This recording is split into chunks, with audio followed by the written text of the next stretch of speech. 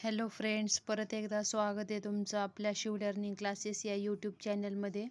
आज आपण अक्षर वाचन तो टॉपिक कंटिन्यू करणार आहोत. काल आपण हे सगळं ज्ञपासून ञपर्यंत बघितलं, त्याचा उच्चार कसे करायचे ते पाहिलं. आज आपण जे काही जोड शब्द दिलेले आहेत ते वाचून बघूयात. मग पहिला शब्द काय आहे? स्वयं. ते शब्द मी फोड केली आहे त्याची.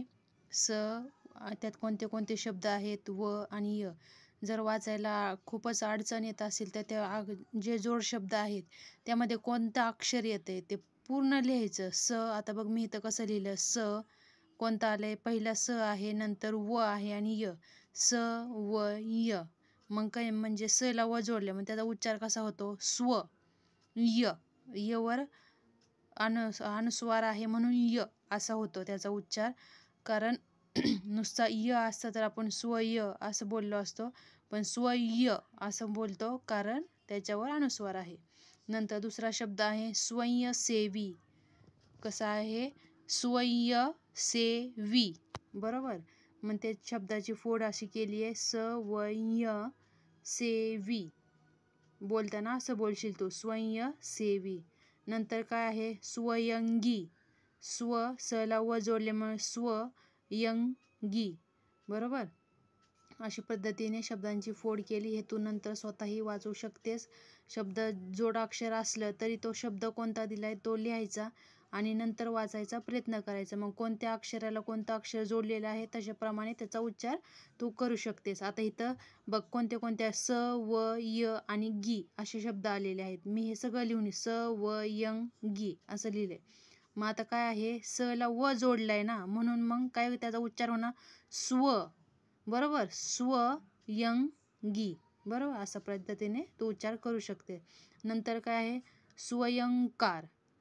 यवर अनुस्वार म्हणून स्वयंकार असा उच्चार त्याचा होतो. यंकार. बरोबर. कार असं डायरेक्ट आपण उच्चारतो म्हणून कार. बरोबर. त्यानंतर स्वयंसेवक. सेवक म्हणजेच काय? स्वयंसेवक. नंतर काय आहे? वांशिक. कारण व वर अनुस्वार आहे.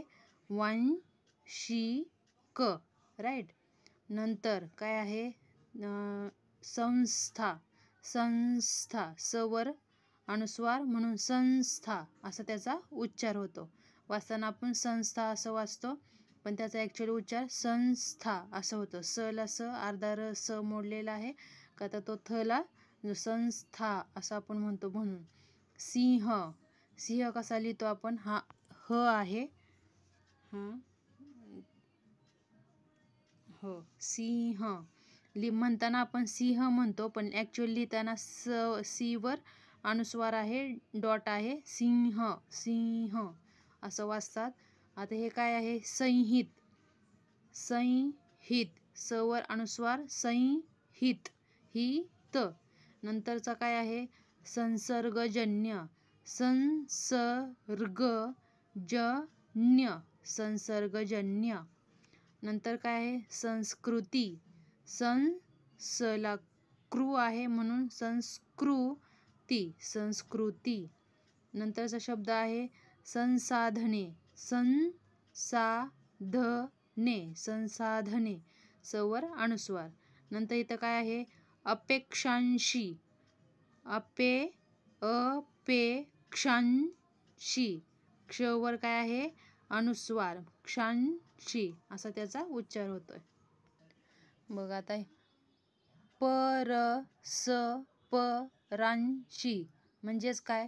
परस्परांशी. शब्दांची फोड तू स्वतः तयार करणार आहे. स्वतः एकदा शब्द लिहून ते शब्दांची फोड करून मागचे जसं आता दाखवले जे शब्द कसे फोड केले, कोणता शब्द कोणत्या जोडाक्षरात तो पूर्ण लिहायचा, तसा वाचायचा प्रयत्न करायचा आणि त्यानंतर कोणत्या अक्षराला कोणता अक्षर जोडला आहे त्या पद्धतीने उच्चार करून तो शब्द वाचायचा. राईट. मग अशा जसे शब्द जे वाचले आपण, मी सगळ्या शब्दांची फोड करून तुला ऑलरेडी दिलेली होती. त्याच पद्धतीने हे सगळे अक्षर तू स्वतः एकदा ट्राय कर. अडचण जर आली तर अजून परत मला कमेंटमध्ये विचार, काय प्रॉब्लेम येतोय, काय कळतोय. मी नक्की त्याचं उत्तर देण्याचा प्रयत्न करेल.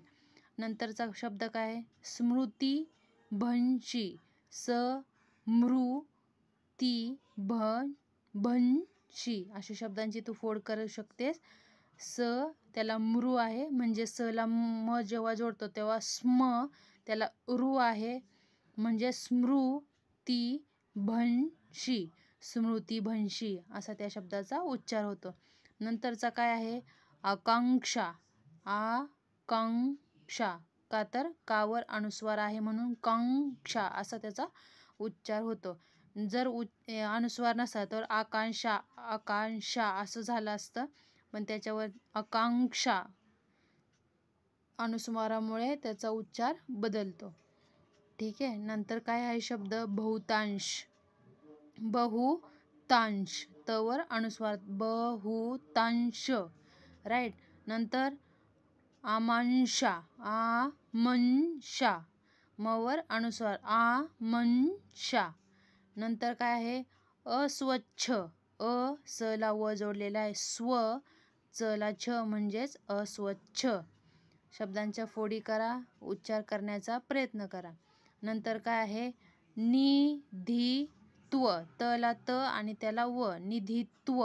जेव्हा तत्व पण विचारलं जातं तेव्हा त्व लिहिताना तत्व मधला त्व तू अशा पद्धतीने लिहू शकतेस किंवा असतोच अशाच पद्धतीने त ला त, तत्व, तत्वे जेव्हा विचारले जातात तेव्हा ते शब्द तू लिहिताना असं आहे त ला त आणि त्यानंतर त्याला व जोडायचा. निधित्व.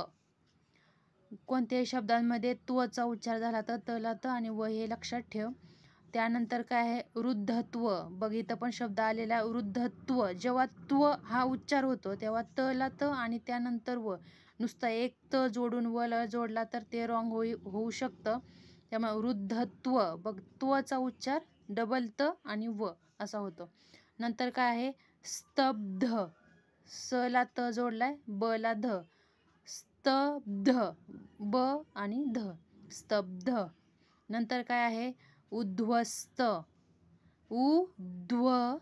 कारण द मोडलेला आहे अर्धा, द ला ध जोडलाय आणि स्त, स ला त, उद्ध्वस्त.